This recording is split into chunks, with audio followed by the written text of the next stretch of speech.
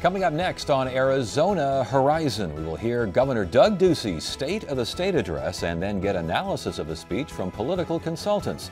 The State of the State next on Arizona Horizon. Arizona Horizon is made possible by contributions from the Friends of Eight, members of your Arizona PBS station. Thank you.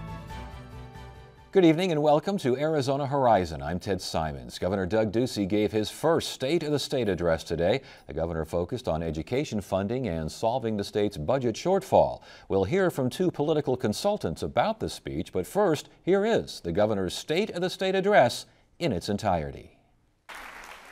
It's been quite a day at this Capitol, and the highlight was your swearing in. Elective office is an honor that rarely comes easy, and I congratulate and welcome each one of you.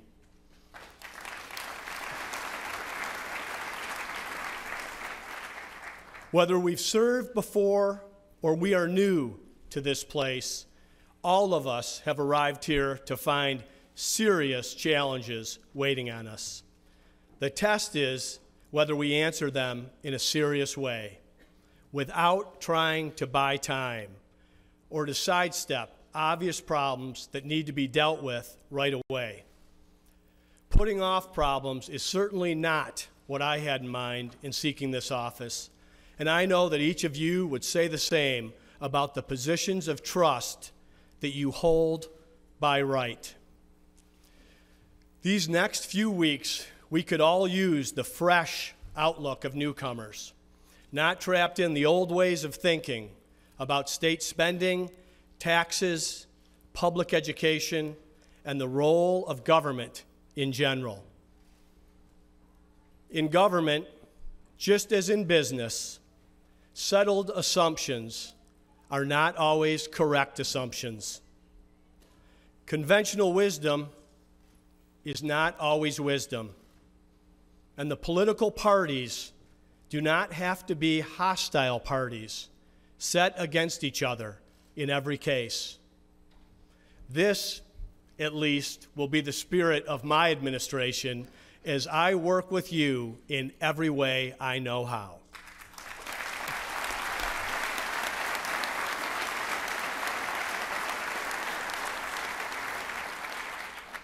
Naturally, I hope it will be returned in kind. I think we'll all find that the best achievements are shared achievements. A week into this job, I won't press the case that the State of the State is any better off than it was last Monday. But I can tell you this for sure. If you and I can see our way clear to those kind of shared achievements, the people of Arizona will do the rest, and the state of our state will be confident, strong, and on the rise.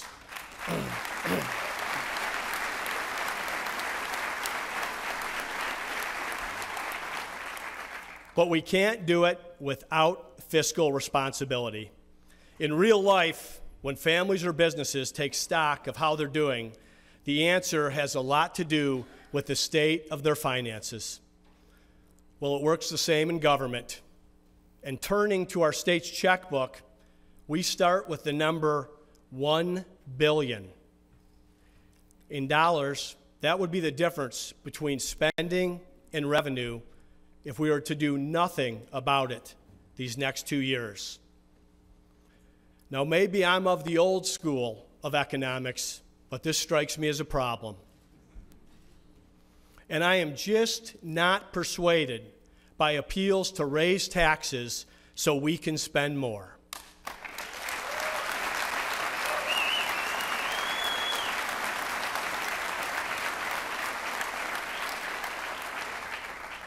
I look at it this way. If the problem is spending more than we have, the solution cannot be even more spending. Instead of demanding more revenue from the people, I suggest we demand more fiscal responsibility from our government.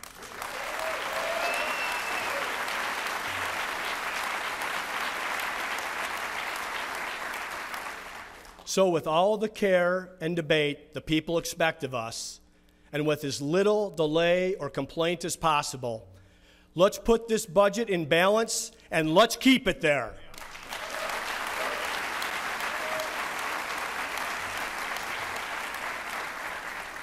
This Friday, just in time for some weekend reading, I will deliver my budget on flash drives to every member of this legislature. It's my best effort to deal with a tough situation. Just as I promised in last year's election, my team and I gave a thorough look to current state expenditures. In reviewing some items, we asked questions that hadn't been asked in a while. Questions like, why does the state of Arizona need an office and a paid lobbyist in Washington, D.C.?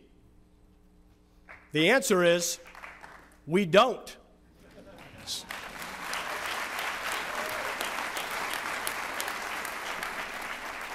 So that office and all its expenses will soon be gone, and there will be at least one less lobbyist in Washington.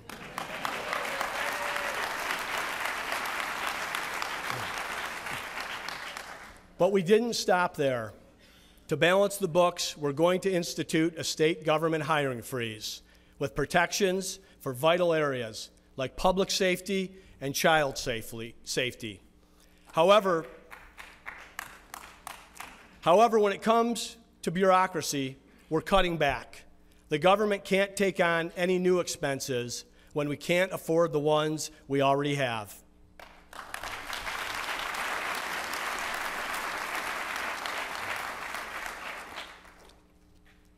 Our budget does what budgets are supposed to do.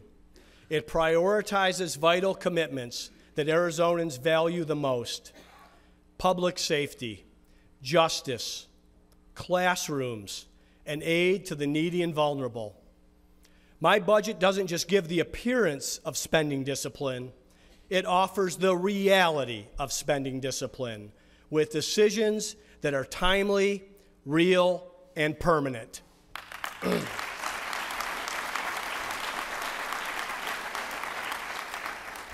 And to that end, I propose this.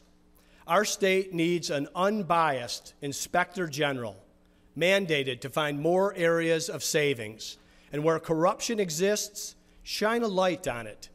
This public advocate would be equipped with a badge and subpoena power to go in, ask the tough questions, and be a watchdog for the taxpayers. I want to work with you, the legislature, to make this happen this session.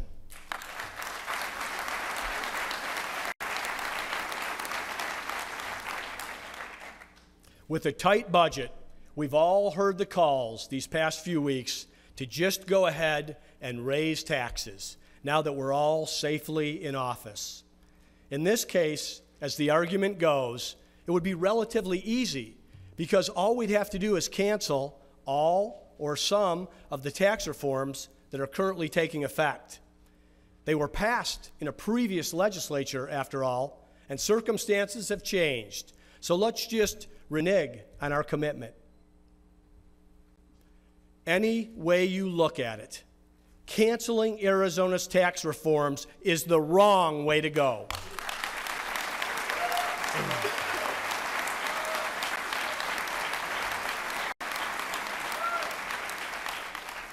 They were designed to put more life in our economy, and that need is stronger than ever. Business people, the ones we count on to create jobs, have been making plans around them. Plans to build, expand, and make new hires. If we change our plans, they'll change theirs. It's a high price to pay for going back on your word. And that is why I say, not on our watch.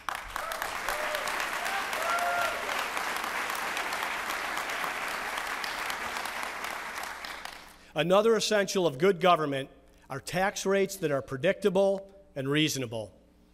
Yet every year, Arizona taxpayers are faced with the threat of a tax increase because we don't tie our income tax to inflation. The result is an automatic tax increase. Let's end this by permanently indexing our income tax to inflation.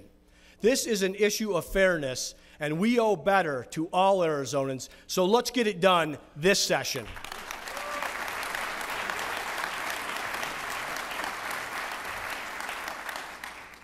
In all that we do this year at this Capitol, let's think big, and let's remember this. The business at hand is not to expand Arizona's government, it is to expand Arizona's economy.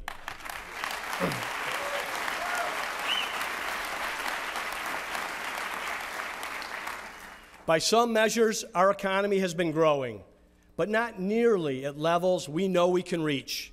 And it's not just overall performance either. We want the kind of growth and opportunity that reaches everyone. Last week, I signed an order placing a moratorium on new regulations in the executive branch. It was a good beginning, but only a beginning. There's also the matter of many state regulations already in place, often for reasons that nobody even remembers. Our small businesses have to deal with all these little rules all the time, just because they're on the books and nobody's bothered to change them. I'm instructing the directors of every agency to conduct a top-to-bottom review on regulations and then send me a list of all the ones we can do without. It's likely to be a long list. And wherever we find any regulation that is outdated, irrational, unfair, or destructive to free and honest enterprise in Arizona, that regulation will be gone.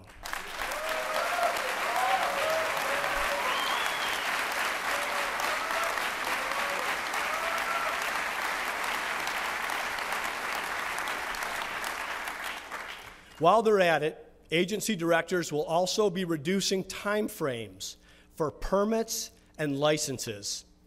Our government needs to operate at the speed of business. And we have a regulatory review council that's stacked with lobbyists? Who's advocating for the small business person, the startup, the entrepreneur who can't afford an attorney to navigate the endless maze of bureaucracy? I ask that you pass a bill requiring a small business owner on that council, and I'll sign it.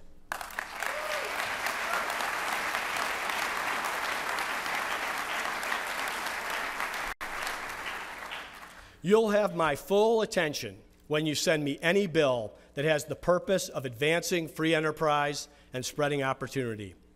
When that's the aim, there is always more to do. I am frankly not impressed when I read that Arizona is still the 10th or the 15th or whatever best place in America for finding work or doing business. In the competition among states, our goal is not to be lost in the pack somewhere between California and Texas. Our goal in Arizona is to be the best place in America to work and do business.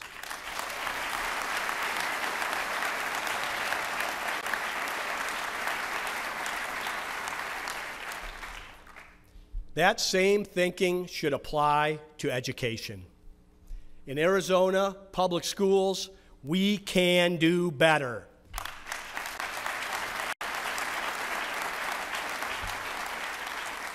A snapshot of Arizona public education came in a survey a few years ago. It measured some basic knowledge among students on matters where knowledge should be assumed. It was an elementary civics test, along the lines of the test required of every new citizen. And when 96% of our kids could not pass, you know something's missing. Justice Sandra Day O'Connor has called this the quiet crisis in education. President Reagan told us, if we forget what we did, we won't know who we are. And John Adams had it right too remarking that every child in this country should be instructed in the principles of freedom.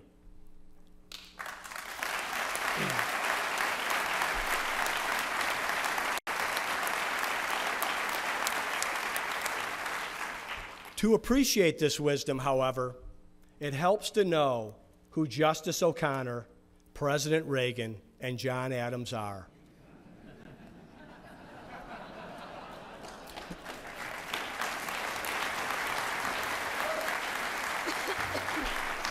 But for too many of our kids, those names sadly don't ring a bell.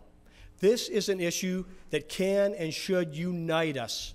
These are our children, and not long from now, it will be for them to vote on who sits in your chairs and who stands at this podium.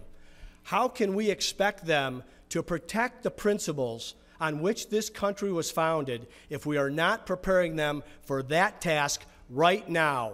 It's time to make this right, and there's a bipartisan bill called the American Civics Bill. Send it to my desk. I'll sign it immediately.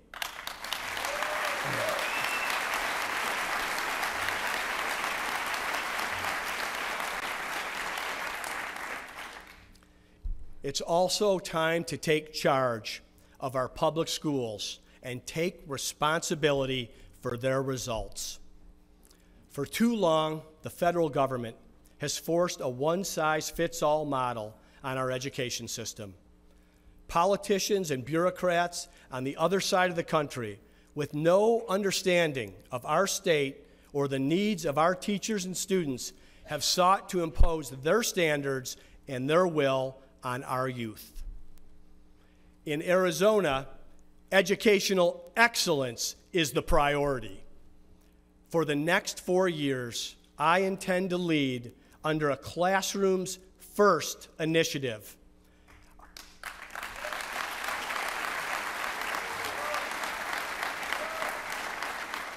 Our goal is simple: to improve outcomes in the classrooms for all our children.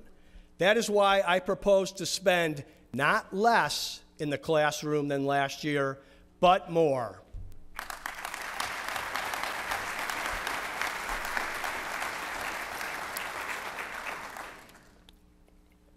Right now, we spend far too much on administrative costs, on overhead, and that's got to change.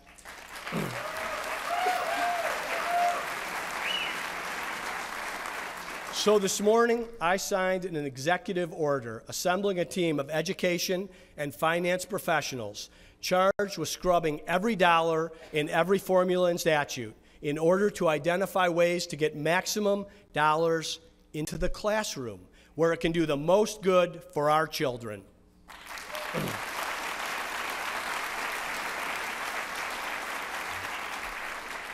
We know where education happens, between a teacher and a student. In my administration, we will honor teachers and the good work that they do.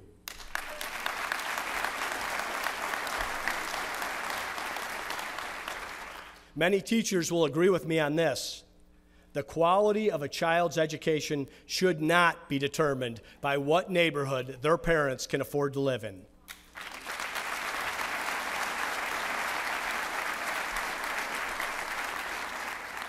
Our state has some great public schools, among the best in America. But unfortunately, because of yesterday's policies, many families are shut out.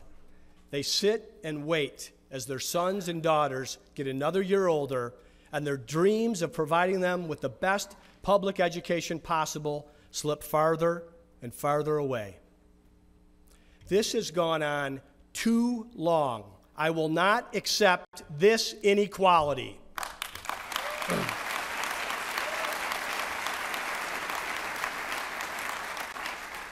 How many Arizona children should have access to our best public schools? My answer is all of them.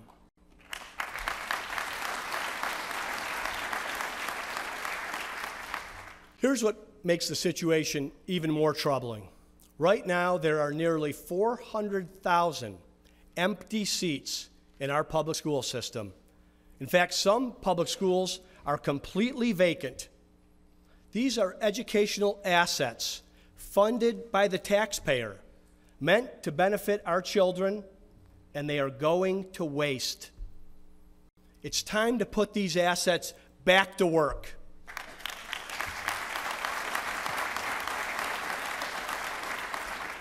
So here's the plan. Let's make open enrollment and parental choice a reality and not just a talking point. Let's open the doors and make those empty seats available to our best public schools by creating what I call the Arizona Public School Achievement District. We can give our state's best public schools, quality schools, that are at capacity or have waiting lists, new and innovative options. These public schools would have the ability to apply for use of the empty schools and empty classrooms, so we can put those kids where they belong, in the public school of their parents' choice.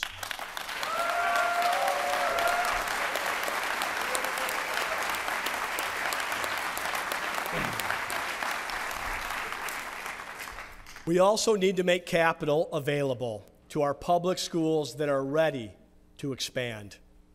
My budget will reserve resources that our best public schools can borrow against to bring down their debt service cost. And half the projects funded will be in low-income communities.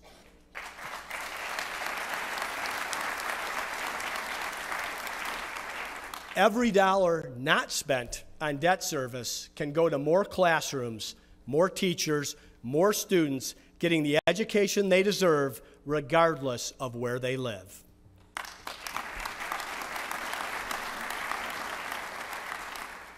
For consistently underperforming schools, it's time for a change in management. First-rate public school superintendents, principals, teachers, and operators make the difference. They are the ones who give our kids a shot at a real education. So when local control intended to benefit children turns into organized chaos to protect bureaucrats, expect a united legislature and a chief executive to make a change.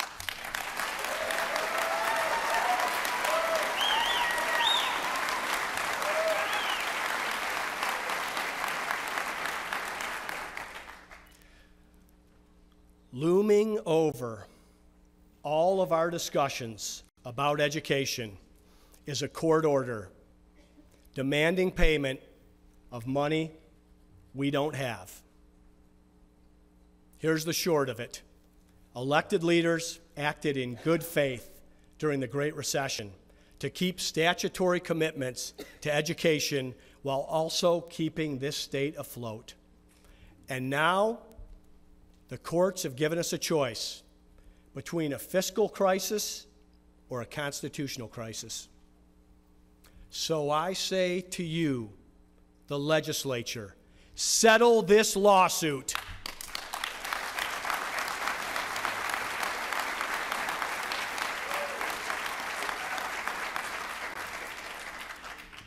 To the education community, be reasonable and put this behind us. It's time to stop paying lawyers and start paying teachers.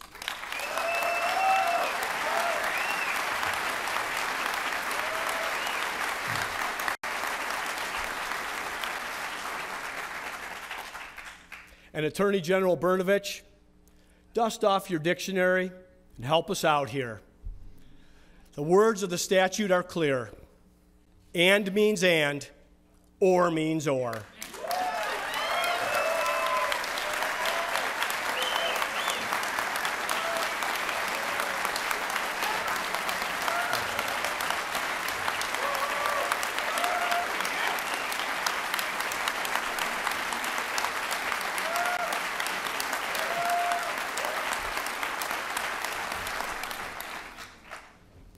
Of course, improving the lives of Arizona's children can't and won't end when they leave the classroom. Too many of our kids find themselves in difficult family situations because their dads aren't being dads. So guys, I've got a message for all of you out there. When the authorities know of a deadbeat dad in Arizona, find him and hold him to his responsibilities with the full force of law.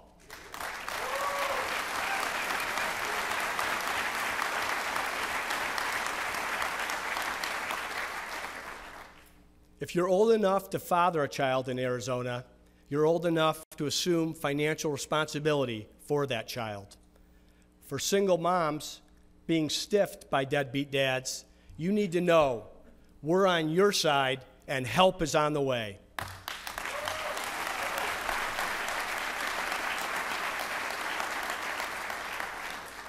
With all this renewed focus on opportunity in Arizona, it's worth remembering that the best of these can be opportunities to serve. In November, I launched an effort during the holiday season called Serving Arizona to highlight volunteer and charitable efforts throughout our state. Visit these food banks and shelters, and you'll see firsthand those who are struggling the most in our communities. You'll also see the best of our state, people taking a little bit of time out of their busy days to help those most in need. Maybe it's serving lunches, maybe it's packing food baskets, maybe it's reading to a child. Whatever it is, these selfless Arizonans are an example for those of us elected to represent them. Christmas season is come and gone, but Serving Arizona has not. Giving more to charities close to our heart is always a good thing, but there's nothing like giving your time. And I hope with this effort to encourage that spirit.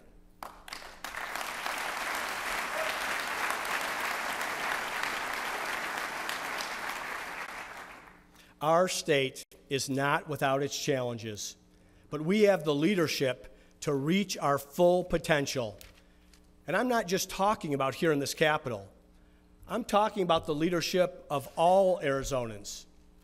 The mom who's doing everything she can to make sure her children have the opportunities she didn't. The entrepreneur who is risking everything she's got to chase her dreams. The teacher who will stay late tonight to help tutor one of his students. It's about all of us. All Arizonans have a stake in making this state the best place in America. In less than a month, our state will host the Super Bowl for its third time. As a sports fan, I'm pretty excited. I know you are too. It's a prime opportunity to showcase Arizona to the rest of the country. It's a chance for everyone in the world to know what we know, that Arizona is the place to be.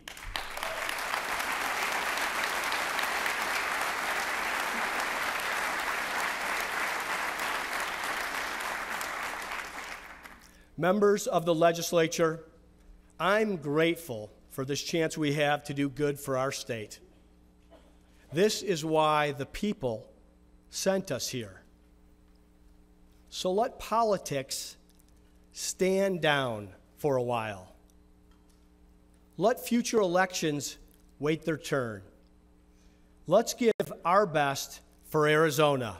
It's time to get to work. Thank you, and God bless.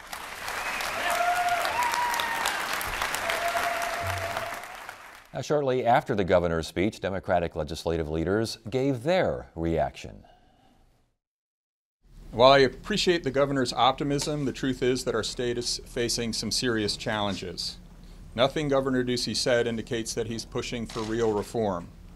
Instead, he seems to be championing the same failed policies that have stunted our state's economic recovery. Arizona's unemployment rate is higher than the national average, and while most states have regained the jobs lost during the recession, we are still missing almost 100,000 of them. I support putting more dollars in the classroom. It just depends how we get there. I mean, we've said all along that we'd rather put dollars in the classroom than spend money on lawsuits. We're in total agreement on that. So it just depends when we see his budget and where he's going to go. And here now to discuss the governor's State of the State address and what it signals for the new legislative session, Stan Barnes of Copper State Consulting and John Laredo, political analyst. Good to have you both here. Thanks so much for joining us. Good to be here. All right, thoughts on the speech in general? I am really happy with it. Of course, I'm a Republican and a Ducey supporter, but on a couple of things, he did a great job. Aesthetically, he spoke well. He was confident, didn't make any mistakes, was smooth, hit his applause lines, seemed like he connected with his audience. I thought he did a great job. Made me proud to see him as my governor, and that's an instinctual response. I know we're going to get to some of the breakdown analysis in a moment, but sitting there watching, I thought, yep, there's Arizona's governor, and he's going to be an impact player for 4 years. In general, your thoughts on the speech? Well, I think in terms of delivery, it was a pretty good speech compared to I think what we're used to. He's a very good communicator. He was clear and he was concise.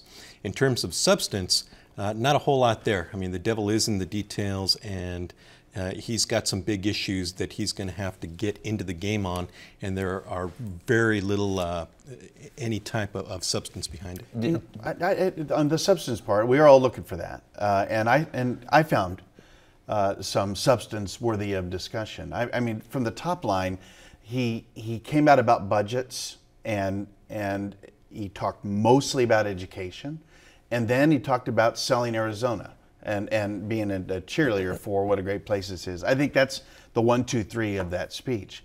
But he answered one of the big questions right up front.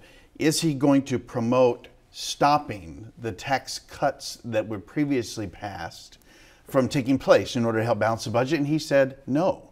So that's one of the coming out items, was he's going to balance this budget without that. Did we see a little bit of rubber hitting the road here?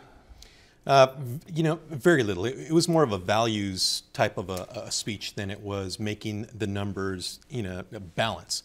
The bottom line here is that you can say that you're going to take things like the corporate tax cuts off the table, but the reality is he still has a massive budget deficit that he's facing, and he has not proposed how he's going to make those numbers balance. He calls on the legislature to balance this budget. How are they going to do that?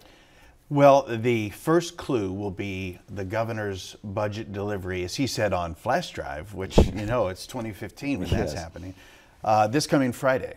And that will be the first, all 4 wheels on the road, to use your analogy, because that document is going to be voluminous and is going to explain how he, the governor, would balance the budget.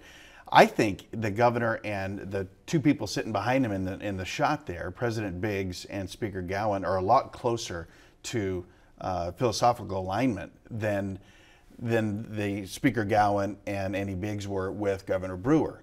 And so as an analyst and as a consultant watching this, I'm thinking those 3 guys could get in a room and settle this. And I'm optimistic that it's going to get done a lot simpler, easier than I thought it was going to be. And yet, to settle this, you've got to balance the numbers. You've got to apparently cut no new taxes, not on his watch, and these corporate tax cuts, they're coming in. So again, what do you do? He hasn't said what he's going to do. I think what you're going to see very, very soon when he delivers his budget proposal, you're going to see the Doug Ducey values speech conflicted with Doug Ducey's values budget. They're simply not going to match, and he's not going to be able to hide once you put the proposal out there, because he has to cut, and he has to cut big. State government has been cut. It's been cut back drastically. Every gimmick, every accounting gimmick in the legislative book is built into this massive budget deficit already. There's nothing there for him to use. And so for him, he's either going to, the 2 biggest budgets in state government are education and prisons. We haven't heard him say one thing about private prisons or anything else. So I'm assuming there's not going to be anything there for him to cut. So he's going to have to deal with public education. And when you take off the table these escalated corporate tax cuts that were made at a time when they knew that the effect would be to cause a massive deficit later on today, they went ahead and did that anyway. So they would have that money available if they wouldn't have cut it to begin with. Friday is going to be a big substance day in terms of newsmaking. We're going to learn what the governor wants to do, and the numbers are going to add up or they're not. And I suppose they're going to add up, and we're going to find out where he's going to find money to plug the holes we're all familiar with. But on today's speech, I think it's noteworthy that he addressed some of that up front and then spent most of the speech in the education world. And we're all getting to know Doug Ducey. I mean, he's relatively new on the scene, and he's having his coming out presentation to the people of Arizona. And so you have to step back and look at the painting and say, what does this thing look like? And it is education can be very important to this governor, and the whole opportunity, everybody gets a shot. Yes. Very good thing, as was said by Bob Robb, the columnist in the paper this week. Very Jack Kemp-like, and for Jack Kemp, for a lot of people like myself, was a visionary Republican who talked about inclusive things. Doug Ducey's going to do that. But to John's point, when the governor said that the legislature acted in good faith, balancing these budgets with the idea of an and means and an or means or, do you agree? Because it sounds like you don't think that was good faith. It was absolutely not good faith in what he says. It was good faith in satisfying their financial statutory obligations to fund public education. That is not what they did. They have not funded their statutory obligations to the tune of over $1 billion a year in education funding cuts.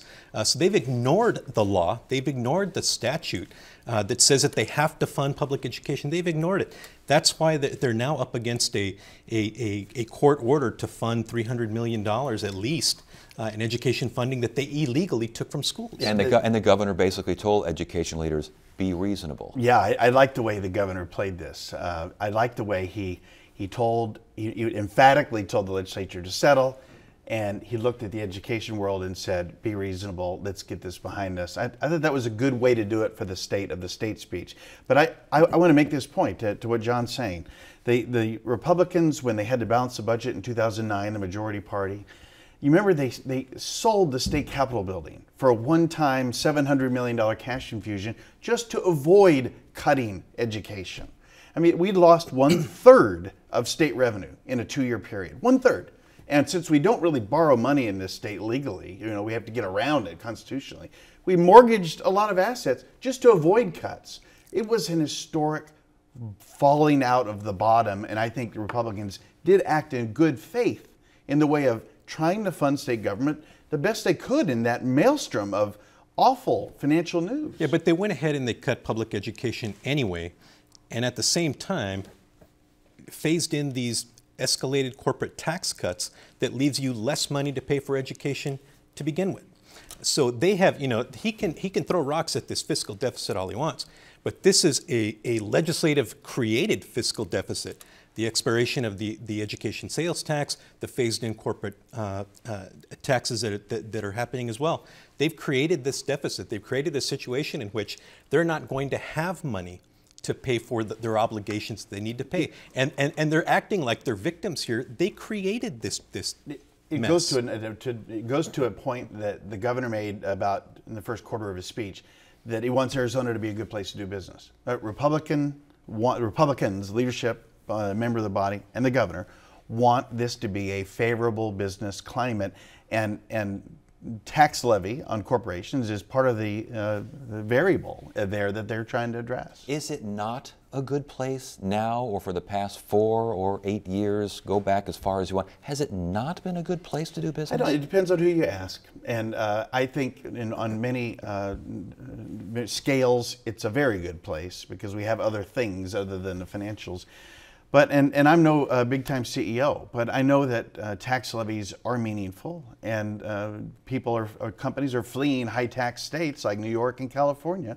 So we got to keep it real with the rest of the states in the union. But Arizona also has some of the lowest corporate taxes in the entire country. So it's not like it's overly burdensome. We are on the lower end of corporate taxes. But what he says now is, we've got this plan in place. It's in place for the next few years or so. Corporations are already planning for this. To mess around with it now means you're messing around with businesses' plans. You know who else is counting on the money? The public schools. that look at state law and say you have to fund us at X level, and the legislature and Doug Ducey are saying, sorry, we're just not going to do it. Schools and kids are counting on those obligations as well. He's going to have to make a decision. He's going to have to either really value public education and fund public education properly and legally, or he's going to have to help out his friends in the corporate world. You've mentioned on this program numerous times that you consider Arizona a center-right state. Yes, I do. Center-right, as opposed to any far fringe. Right, And that sort. right. Do center-right people, how do they see this dynamic between corporate tax cuts, bringing in business, and an education system that most folks think isn't quite up to snuff any way you want to look at it? How do you think the average person feels about this in Arizona? Yeah, I don't know. Your guess is as good as mine about the average person, but what you are doing with that question is putting your finger on the very issue that will dominate this governor's 4 years. And indeed, he knows it too, because it was the 1-2 of his State of the State address. How to balance the needs of job creators in a favorable climate with the revenue the state needs to provide the kinds of things we all want. And you'll find that the Chamber of Commerce crowd in Arizona, I think, which have Governor Ducey's ear, I believe, telling the governor he's got to do something along the lines of making sure K-12 and university funding is addressed properly. He's not going to be a bad education governor. He's going to be a realistic governor who believes in key education components, but I don't think he'll let himself get stuck in the dynamic of, if you don't fund it at somebody else's opinion, some non-elected person's opinion, then somehow you're against it. Can you be a business-friendly person and also understand, as many business people, they come on this show all the time and say, we can't find qualified people to work. They're not educated well enough or in the areas where, can you do both? I think you have to. I mean, look, you've got to create an educated workforce, right? I mean, you have to do that. And in our public schools, they've been cut $1 billion a year, going back the last, 4 or 5 years at least.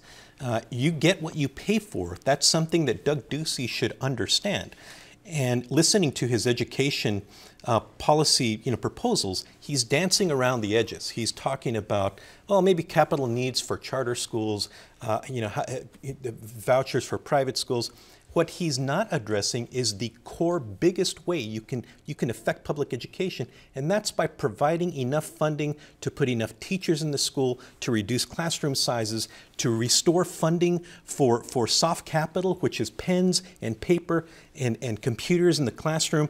That money has been slashed. Any parent with a kid in public school, they get a letter from the teacher at the beginning of every year begging for donations. Can you buy paper for us? Can you buy pencils? That's because the legislature has cut the funding for in-classroom supplies. So Doug Ducey's rhetoric is fine for a speech, but he's going to have to pay for good public schools at some point. What do you think? Yeah. Well, I mean, I don't want to sound like I agree with what John's saying, but the main thrust is that the state has to support public schools. I believe the governor also believes. And so the difference is in your opinion about how much is necessary to make it all go. And the Republicans are running the state. Doug Ducey is going to be a center-right, Chamber of Commerce kind of Republican, and that kind of Republican in the executive branch is going to show that he values public schools. With that in mind, he called for the legislature to settle the K-12 funding suit. He said for educators to be reasonable. Let's go back to the legislature. Are they willing to go ahead and work a deal? And you mentioned Chamber of Commerce governor.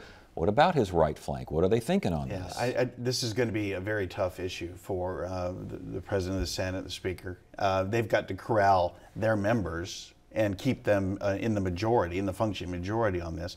I think they will. There's saber rattling, there's appealing to certain constituencies with your rhetoric, there's campaigning, and then there's governing.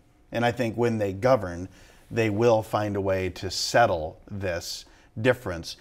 take, as Governor Ducey wisely pointed out, take the financial crisis route, not the constitutional crisis route. I don't think there are some Republicans that want to do that. Sure.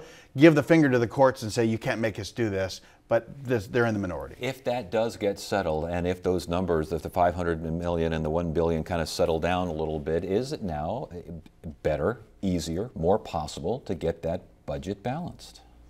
Sure, if they can come up with a way to do that, a reasonable way without slashing and burning schools and other priorities like that, yes. But this budget battle, I mean, we've been there before during budget crisis. It is ugly. It is not a happy place to be. And how they produce the budget is going to be a big deal, whether they bring back subcommittees, whether it's done in the light of day, whether it's done in the basement with a couple of people and then they just whip everybody in line. All of those things matter.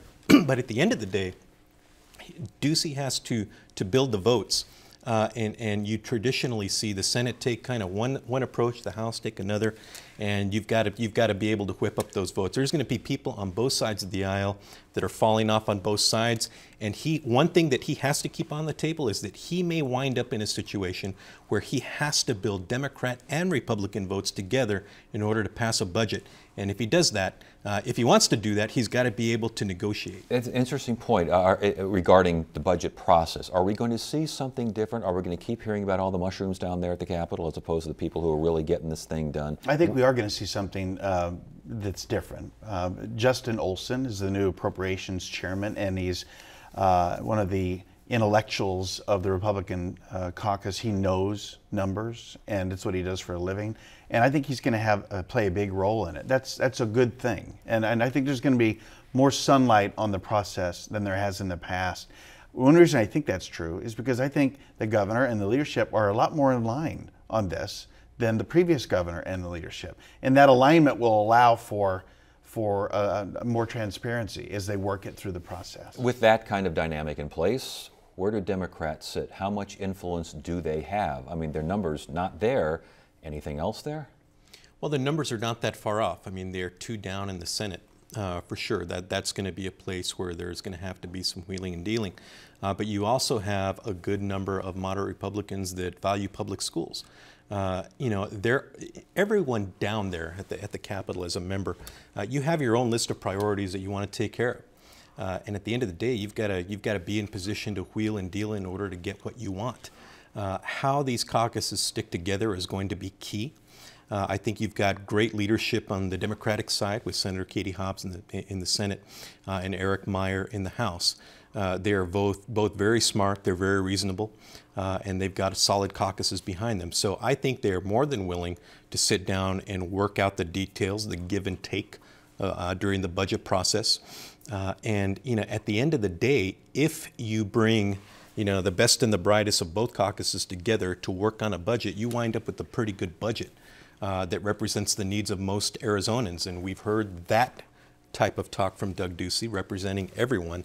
I hope that the process will reflect his commitment to representing everyone. I doubt, highly doubt, it's going to be a bipartisan budget. The Republicans, to my theme here, Republicans are in line with this particular governor, I believe, and one of the ways they're in line is to attack the education issue with something other than money. This idea of empowering charter schools to use some public facilities is just one example of the way Republicans want to come at the public education trouble. It's not, Republicans cannot bring themselves, and I agree, with just giving money to it. They want to reform it, make it better. The charter school movement, which was practically birthed in Arizona, in this nation, has been a very positive thing, and I think you're going to see that injected into this answer. But that does not balance the budget. At the end of the day, you've got to balance the budget. And those things, again, may be good to talk about, but it does very little in terms of balancing your state budget. Let's stay on this point. When one of the governor's major themes that are developing, even as he's brand new, is this idea of opportunity for all in education. He did it during the campaign. Now he's repeating it in the state address. The budget is going to find a way to be balanced. There's going to be horse trading and log rolling, and they're going to have to, because they just have no other choice to do it, constitutionally and fiscally. But how the K-12 system is improved is where the real action is. And Republicans are going to want to empower charter schools to do more. That's part of the answer. Is that what he was talking about regarding empty buildings, empty classrooms, whatever the reference was, that they're out there to use the opportunities for these facilities? It's almost a capital improvement plan for charter schools, is it not?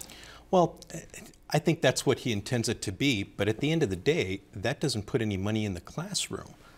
You can talk about improving public schools, but the number one thing that he can do is properly fund public education. The legislature illegally didn't fund public schools over $1 billion. They could make good on that financial obligation. They could stop cutting soft capital in the classroom. They could actually pass a budget that shows that public education is a real value to them. Anything short of that, paying what they owe public schools, is nothing but rhetoric. The out there on the horizon, way out there, but a nice little storm cloud just waiting to hit, is the Medicaid expansion situation. What happens if the legislature wins? Well, there's a lot of things that hit the fan that are not pleasant to think about. There are people that immediately go off the system. There are dollars that stop coming into Arizona. There's a lot of chaos if the legislature wins that particular point. And, you know, it may be worth it to prove the point. You can't do things unconstitutional around here. And that's actually where it turns, right? That's the question about how the tax or the money revenue stream was created. And that's going to be a big bomb if it hits. For now, it didn't even make the State of the State address, which I think is an important point. I think the governor is trying to talk about things we all agree on for the moment, because he's still in the coming out phase with the legislature. Mm-hmm. He wants to get along with them, and that's an issue of a lot of contention. Indeed, and again, one of the points in this suit is that the legislature can't just say something is not a tax because we've decided we're not going to call it a tax. I mean, that's kind of at the root of all this. This is a major case, and it's just sitting out there waiting to do you-know-what on everyone. Sure. Well, and what's at stake here are all of the matching funds. I mean, we're talking about a lot of matching funds from the feds, a lot more than the state of Arizona is putting in. If that goes away, then you've only got two options: either fund it with general fund and keep all of those people on, or get rid of them. And so, you know, campaign rhetoric is one thing. When you're sitting there and you've got a vote, and your vote directly impacts the life of another person, that puts you in a slightly different position when you've actually got to pull the trigger on it. You know, impacting that many people in a negative way, I think is going to be a little more difficult than they think it is. I think that issue is going to end up being a little down the road. I mean, it's more than a little cloud on the horizon, to go back to your analogy. Yeah. It's a huge cloud. But it's down there. I think the court system has to take a few years to work that question out first. And in the meantime, we're going to have a budget that we need by July 1st of this year, and so that's where the real action is. The budget will be counting on that money being there. That's right, and that's I guess I think the governor's budget will be counting on the legislative, the K-12 suit being settled. I think you're right. It'll count on the state of the law as it sits with the Medicaid expansion. Are there Plan Bs in those situations, or do they not go that No, far? I don't think so. I mean, no one's really in charge, is what I was going to say. I mean, everybody's in charge. The legislature, the governor, are all doing their best in real time to deal with this problem. And the Plan Bs are not worthy of even looking at until you get through some of these really important points at the beginning. I guess when I say Plan B, I mean if the legislature doesn't, if the K-12 funding suit doesn't go the way, if there's no settlement, there's no deal, and the judge says, I meant what I said, now let's start paying up. Shouldn't there be someone somewhere on a computer saying this is what's going to happen? Yeah, I mean, I think the judge has already said that several times. You need to pay this bill. Yeah, I mean, fine. You illegally took this money from schools. That's the constitutional crisis road. But that's a problem. Yeah, is there a Plan B? No, there are no more Plan Bs. I mean, you either do it or X happens, and you've got to choose. So, and it's cuts. Were you surprised Common Core was not mentioned at all during this speech? Not really. Many of the supporters of Doug Ducey, the chamber, those folks are supportive of Common Core, and I wouldn't expect that to be in Doug Ducey's speech. It wasn't part of the campaign from him. So he touched it in a subtle side doorway, but talking about the federal government not telling Arizona how to do things. For those of us with the dog whistle, I heard that being, kind of around the Common Core area. We're not going to let the feds tell us what to do on that. We've talked a lot about, obviously, the State of the State address. Let's talk about the session now getting started. Just a couple of minutes on this. Are we going to see the wild and crazy bills, or is there a sense that everything from 1062 to, Arizona takes over all public lands, those sorts of things, are we going to see more of that kind of thing? Will it get the play that it usually does? What do you think? I think we're going to see the same amount that we've seen in practically every legislature since I've been there 26 years ago. And there's good and bad with it, and the bad is obvious because there are impacts and ramifications, but the good is this is the very purpose of the legislature itself. It is the venting of 6.5 million people opinions through their elected officials. And yeah, there's somebody that wants to talk about that issue. But I believe the legislative leadership is adult enough and in charge enough that we're not going to be damaged by any of that. Will we see some? Yeah. Will it actually go up, be signed, and be a calamitous situation? No. You think any 1062s are in the future here? Oh, I think they'll be dropped for sure, and they'll probably get some hearings. I don't know that they make their way through the process, but I think the budget has a big effect on that. I mean, if legislators are involved in the budget process, if they're actually engaged and involved the entire way through, then they've got less time to play around with crazy bills. Now, if the budget is drawn in the basement with a handful of people and everyone else is just sitting around wasting time, that's when you start seeing the really crazy stuff start moving through because they're bored and they don't have anything else to do. Overall, is there a sense of optimism? Obviously, a new governor, new face, new ideas, and I think he actually talked about fresh faces and fresh ideas down here. It's time to get that sort of thing. Are you feeling that down there, or is that just the honeymoon waiting to end? I think it's kind of the honeymoon. There are a lot of new faces down there. Yeah, that's both good and bad, but when you're actually doing, when you're talking about public policy, that means that they're way behind the curve and they've got to really do their best to catch up. So, from that perspective, I think it'll be interesting to see what people start doing. But once session starts going, the bills start flowing through committee, people get pretty busy. I think there is, among Republicans, I think there is a real optimism. I think Ducey seems like a competent, analytical businessman is now the CEO of the state of Arizona. And that leads, I think, President Biggs and Speaker Gowan to be optimistic about someone in the ninth floor that they can hit the tennis ball back and, as I say, return serve.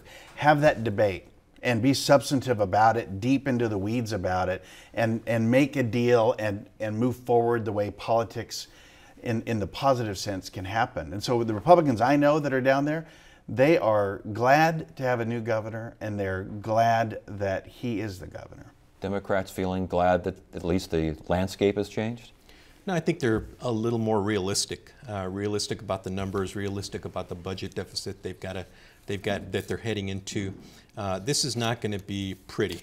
Today was all about flowers on the lapels and floor speeches and this and that. Well, tomorrow, guess what? The real work starts, and it's ugly. We're in a really bad situation here, and these people are going to have to work their way through it. We got to stop it right there. Gentlemen, great discussion. Good to have you both here. Thanks for joining us. Thank you. Tuesday on Arizona Horizon, we are preempted at 5:30 for a special 30-minute investigative report on the increasing abuse of heroin and opioids in Arizona. Then at 10 p.m., join us for a special Artbeat edition of Arizona Horizon. That is it for now. I'm Ted Simons. Thank you so much for joining us. You have a great evening.